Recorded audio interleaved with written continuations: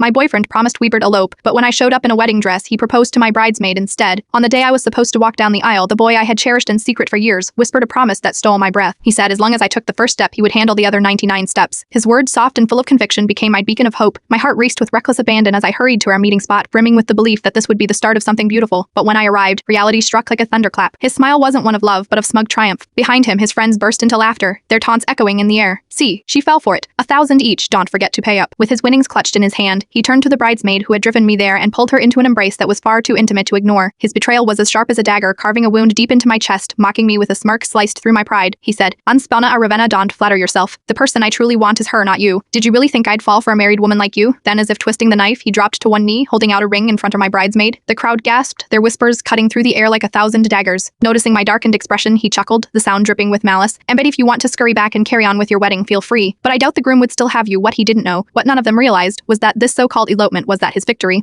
It was my move in a game he didn't even know he was playing. When Hendrik Pierce fell to one knee and proposed to Slemela Ivory, my bridesmaid, the truth hit me like a cruel punchline to a joke I hadn't realized I was the butt of. It was the final act in their carefully staged mockery. I was the one who had received Hendrik's heartfelt confession text, the one who dared to believe in a love that wasn't mine to claim. I was the one Flamsella had so sweetly encouraged, whispering promises of chasing true love, even driving me here under the guise of friendship. And now, with the cheers and blessings of the crowd ringing in my ears, the two of them stood entwined, basking in the glow of their deceit. Meanwhile, I stood frozen, the weight of my wedding dress pressing down on me like chains, a tragic figure in a performance I had agreed to join. After kissing Slema with all the flair of a man basking in his victory, Hendrik turned to his friends, his grin as wide as his arrogance. "See, Ravenna really ran away from me," he boasted, waving his hand theatrically. "Himbardi evidence is all here now, cough up. 1,000 each, no excuses." After erupted from the group, their voices dripping with mockery. "Come on, Hendrik, with that kind of charm, how could we not fund your happily ever after?" One chimed in. "To Hendrik and his bride, may your love be as eternal as your ego." After tossing their mocking blessings into the air, his friends turned to me, their expressions twisted with disdain. "Ravenna, should we applaud you for bravely chasing love, or just admit you are as clueless as a headless chicken? You are married. Hendrik is leagues above you. Take a good hard look at yourself. We bet you wouldn't. Come thinking even you wouldn't fall for this. But here you are, too pitiful to even look at." I stood frozen, my hands gripping the edge of my wedding dress so tightly it nearly ripped, the fabric straining under the weight of my silent fury. Hendrik pocketed his winnings with a satisfied smirk, then sauntered over to me, leaning in close as if to whisper something kind. His voice, soft yet mocking, cut through the haze. "You at Ravenna, are those tears I see? Don't tell me you were about to cry." Then with a dramatic turn he waved at his friends, his tone shifting to fake reproach. "Really guys, have you no hearts? You have almost brought the bride to tears. On her big day too, how could you be so cruel?" I snapped my head up, desperate for some sign that this was nothing more than a cruel nightmare. But Hendrik shoved a microphone into my trembling hands before I could even gather my bearings, his grin stretched wider, cutting through me like a blade.